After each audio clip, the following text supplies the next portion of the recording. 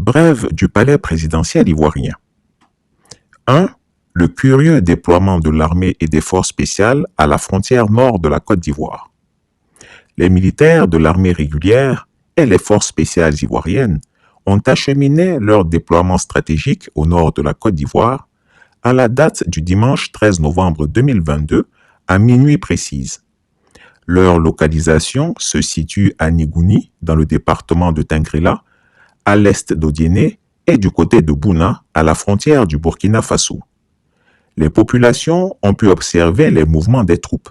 Pour l'heure, l'objectif de la mission demeure inconnu des soldats. 2. Le retrait des troupes militaires ivoiriennes de la MINUSMA, la TAPNIGO d'Alassane Ouattara. Source: équipe de renseignement du général Bakary Diarra-Souba. Le retrait progressif des troupes ivoiriennes de la MINUSMA, démarré depuis le mois de septembre et qui se poursuit, est un véritable trompe-l'œil. En vérité, en faisant croire à l'opinion malienne que la Côte d'Ivoire opte pour un retrait apaisé de ses troupes controversées, Alassane Ouattara, qui se croit grand stratège, est justement en train de faire le ménage avant la frappe chirurgicale contre ce qu'il appelle la junte malienne.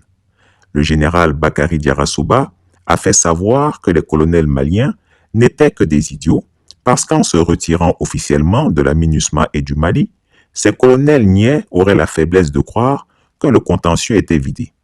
Mais la réalité est tout autre. Une centaine de mercenaires de plusieurs nationalités, prêts à frapper le moment venu, est déjà présente sur le territoire du Mali. Une cinquantaine d'entre eux perçoivent une rémunération directement de la présidence ivoirienne. Chrissiapi a pu vérifier lui-même les transferts d'argent qui s'effectuent.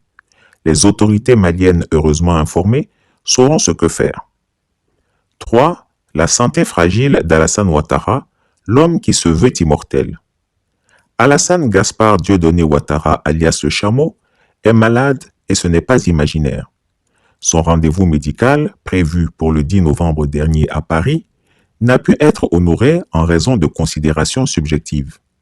En effet, sensible à la rumeur, aux écrits de Chrissiapi, qui avait déjà dévoilé son agenda médical, le despote, voulant coûte que coûte le faire mentir, a plutôt réquisitionné ses médecins pour un contrôle in situ à Assini le week-end dernier, celui du 12 au 13 novembre 2022, au lieu de faire le déplacement.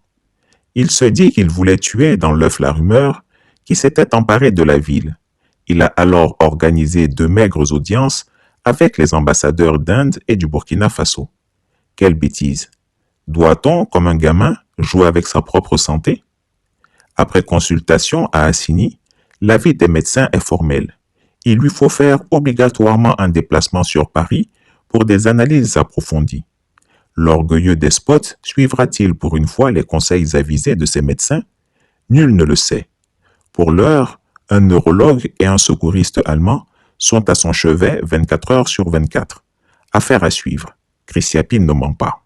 Retrouvez Chrissiapi sur ses deux chaînes YouTube, sa chaîne Dailymotion, Instagram et VK.